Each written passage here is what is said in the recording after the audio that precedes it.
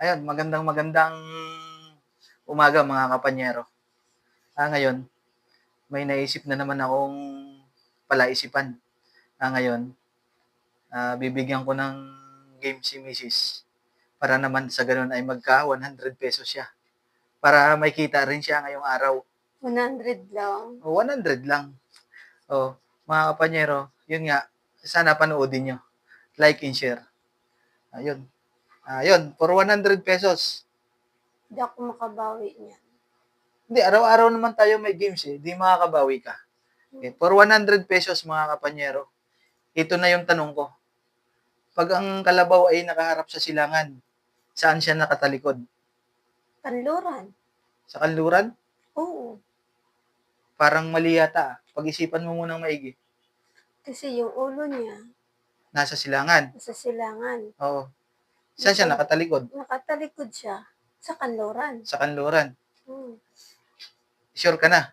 Oo, sure na ako doon. Full? Alangan naman sa Ilaga. Timog na yung likod nun. Sige. Isang pagkakataon pa. Pag ang kalabaw ay nakaharap sa silangan, saan siya nakatalikod? Kanluran, siyempre. Gusto mo, pustahan mo to. Tapatan mo.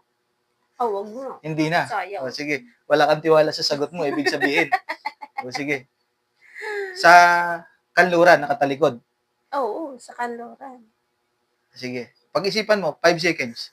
1, 2, 3, 4, Tama. 5. Kanluran talaga. Sige. Sure na ako doon. Sure ka na? Sirit ka na? Sirit na ako doon. Sigurado ka na talaga? Oo. Ayun, mga kapanyero, mali po yung sagot niya. Bakit? Kasi po, pag ang kalabaw ay nakaharap sa silangan, sa itaas po siya nakatalikod. Kasi isipin nyo, nakaganon yung kalabaw. Yung sinasabi mong kanluran, puwit yun. Nakapuwit siya sa kanluran. Ang tanong ko, saan siya nakatalikod? Sa itaas. Di ba sa itaas? Saan ba ang likod ng kalabaw?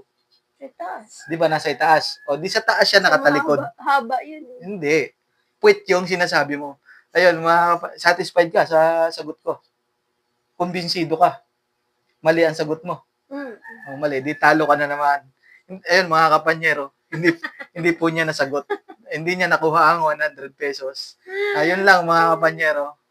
Sana manood kayo ng mga video namin. Maraming salamat po sa inyo.